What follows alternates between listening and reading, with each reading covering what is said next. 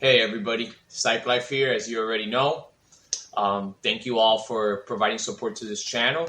If you haven't already, don't hesitate and click the subscribe button. And if you like this video, click the like button. It will help the algorithm so we get more traffic through our channel. So today I wanted to share something that's very, very, very important to me, and I thought it would be important to you as well. Tips to become mentally stronger. So you would ask yourself, why is it necessary to be mentally stronger? Why is it necessary to develop tools and engage yourself in behaviors that would help your mental health? Well, for one, becoming mentally stronger or engaging in healthy practices allows you the ability to elevate your performance intellectually, whether that be memory or being able to solve complex problem-solving skills, but also elevate your relationships in your life, your profession, elevate yourself financially, and help yourself achieve certain milestones in your life. So, what are these tips to become mentally stronger? I already told you why each one's important, but I'm going to name a few, okay? So number one, meditate every day. What is meditation? Observing without judging. It doesn't mean you need to sit on top of the Himalaya mountains and just zone yourself out. But meditation is becoming aware of your own body without thinking. A lot of people say, stop negative thinking. That's not right. Meditation is not to stop negative thoughts. Meditation is supposed to be a way for you to engage in this practice so you can become in control of your mind in a natural process. So, here we go. In a 2014 literature review of 47 trials, there were over 3,500 participants in this study, guys. Participants that practiced meditation show moderate evidence of improving anxiety and depression symptoms. So those individuals, right, that took a step back and meditated, and they took deep breaths and focused on their breaths, they all of a sudden had a relief of symptoms of anxiety and depression. And why is this? Because meditation has been shown to decrease cortisol levels by a significant amount. And when you decrease cortisol levels, you're also decreasing the neurotransmitter called cytokine. So let's rewind again, just so you guys get a better perspective. Stress increases cortisol levels. And in increasing cortisol levels, the neurotransmitter cytokine is also increased. These are neurotransmitters that are released by your brain when you are experiencing stress. When you are experiencing symptoms of anxiety and depression, these neurotransmitters tend to be a lot higher in amount inside your brain. And these neurotransmitters can disrupt sleep, increase blood pressure through your brain, leading to symptoms of anxiety and depression, such as fatigue and just clouded memory. So, what happens when our stress levels increase? Cortisol and cytokine increases, and we can experience symptoms of anxiety and depression, and our blood pressure increases. But recently there was an 8-week study involving 1,300 adults, demonstrated that meditation not only decreases stress by lowering the amount of cortisol and cytokine levels in your mind, literally by just focusing on your breath in and out, but it also showed that those that are experiencing the highest levels of stress are the ones that show the most results. So meditation is a way for you to balance your body and decrease the levels of cortisol and cytokine, which are directly related to the symptoms of anxiety and depression and stress. I cannot say this enough, guys. Meditation, excuse me, I'm going to take off my glasses. Meditation is not a form for you to just get away from negative thoughts. That's not what it's meant for. It's a form for you to be able to control your mind and be aware of the thoughts that are happening and the way it's operating. It's a way for you to decrease cortisol and cytokine levels, so you won't have to experience such intense symptoms of anxiety and depression. I hope this was helpful, okay? So, number 2, the second tip to become mentally stronger: accept new challenges. I don't want to get too much into this one specifically because we just recently did a video called Inside the Box and Outside the Box.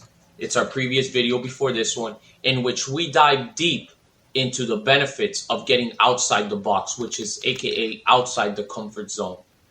And what were some of those benefits? Just to recap really quick.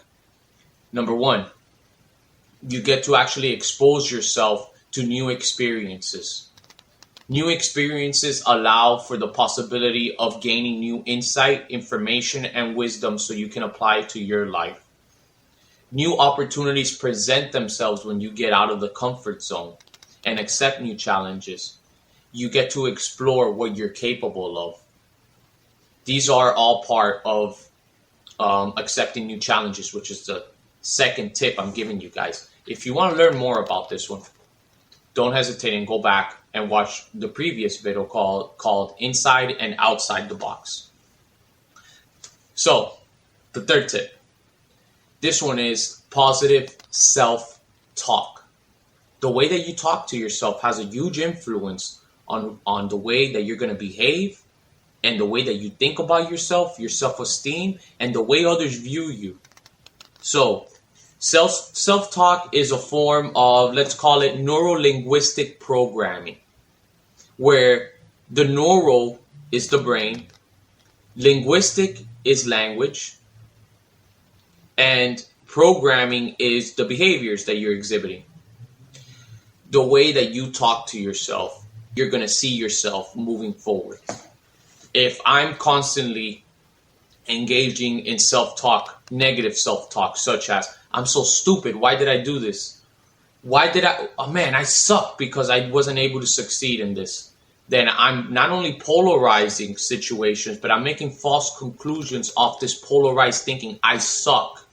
I'm nothing. I'm never going to be able to do this. It's too hard. I can't do it. This is negative self-talk. And we must train and become aware of our way of thinking, because for every time we pay attention to a specific thought and we talk to ourselves like this, we're wiring ourselves. We're reinforcing our neurological connections to be wired a certain way.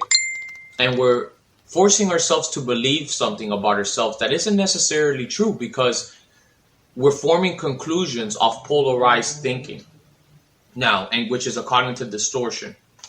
Now, neuro-linguistic programming has been shown to not only affect our self-esteem, but our self-awareness and our communication skills. So just keep this in mind. The conversations you have with yourself is directly correlated, not causational. There's constant, if you've seen my videos, thousands of variables constantly interacting with each other to manifest the reality before us. You will see that the way you talk to yourself has a direct and correlational effect to the way that the image that you carry around yourself. All right? So I hope this is helping, guys, because these are tips to become mentally stronger. Number 4, get comfortable with rejection. So, why is getting comfortable with rejection so important? Well, for one,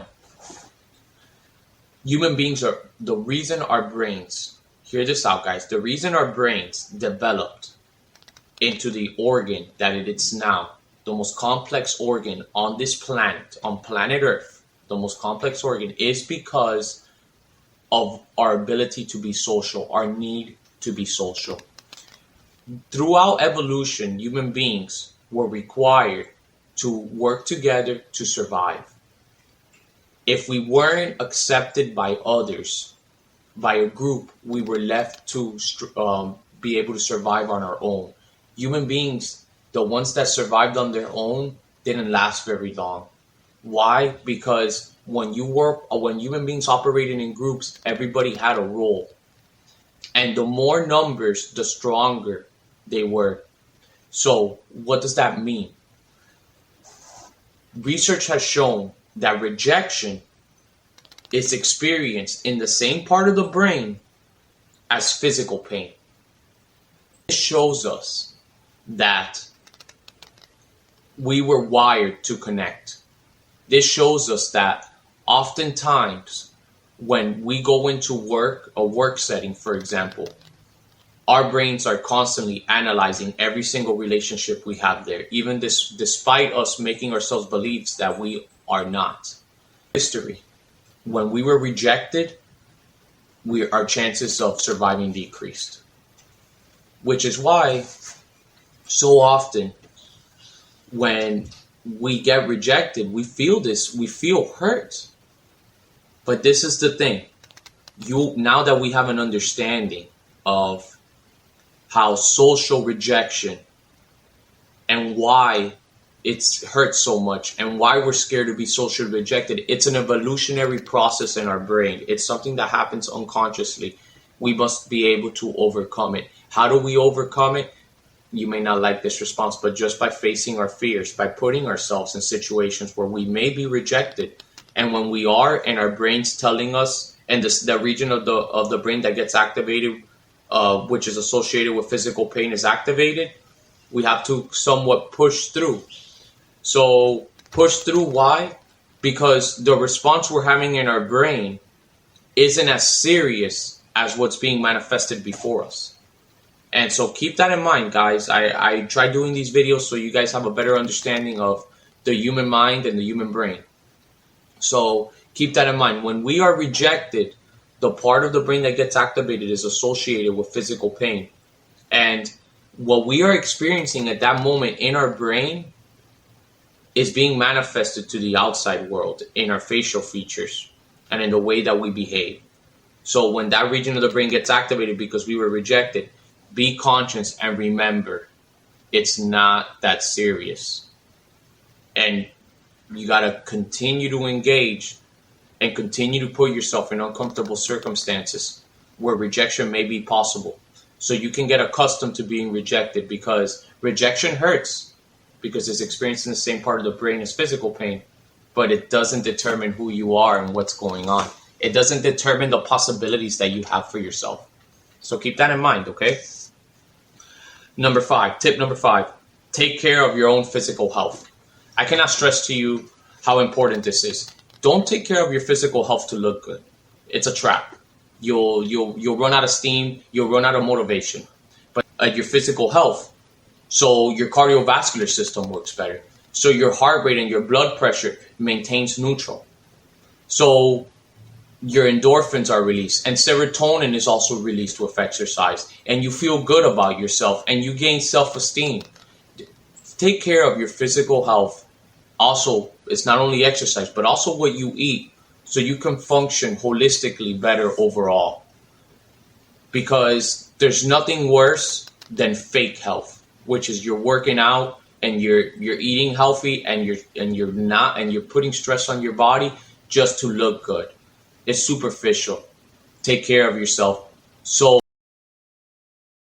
your body can operate at its optimal level. So that's my tip number 5, okay, guys? Tip number 6, master your emotional intelligence. So this one's an interesting one. You see, the limbic system is responsible, which is really the deep part within our brain, inside the cerebellum, deep inside. It goes like this. I'll even put an image here, where the limbic system is responsible for our emotions and memory. So let's put this into perspective for you guys. You are more likely to remember from a memory, how you felt, the feelings involved, rather than the details. You may not remember how you met that person. These are studies. These are scientific studies. I don't have the research right here, but I remember from graduate school.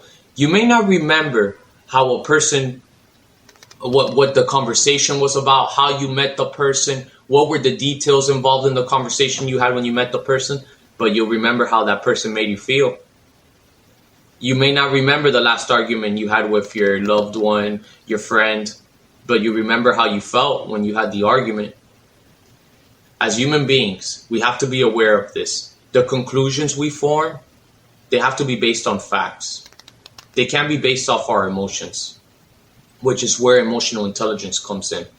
Being able to read facial features, being able to understand the components involved in the conversation, being able to understand when someone's uncomfortable. This is a type of intelligence. The only thing is that this intelligence comes in handy for certain professions and doesn't come in handy for other ones. For example, if you're an engineer, a mechanic, or you're an accountant, or you're even a scientist, then emotional intelligence may actually get in the way because you have to focus now on the emotions involved instead of actually doing the analytical work. But let's say you're a therapist, like myself, a teacher, you're a parent. Emotional intelligence comes really handy because you're able to read those cues, you're able to understand the person's feelings, you're able to piece together how a person may feel and not feel.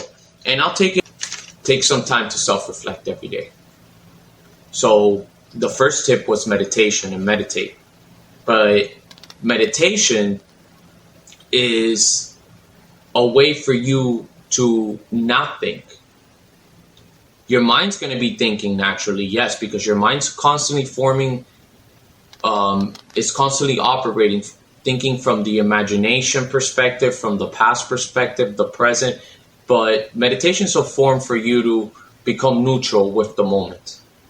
But self-reflecting, it's a metacognition. It's thinking about thinking almost, and thinking about yourself and why you do things. So there's many ways people engage in self-reflection. Some go and see a therapist like myself.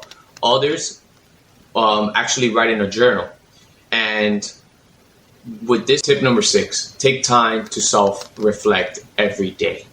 I cannot mention to you how important this one is.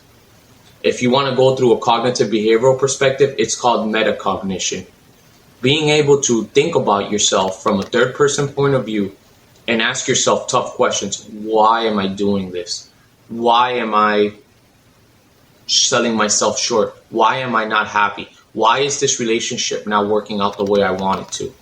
Being able to fully analyze yourself and be comfortable in analyzing yourself. The 2 most important times in the day are when you wake up in the morning and when you go to sleep at night.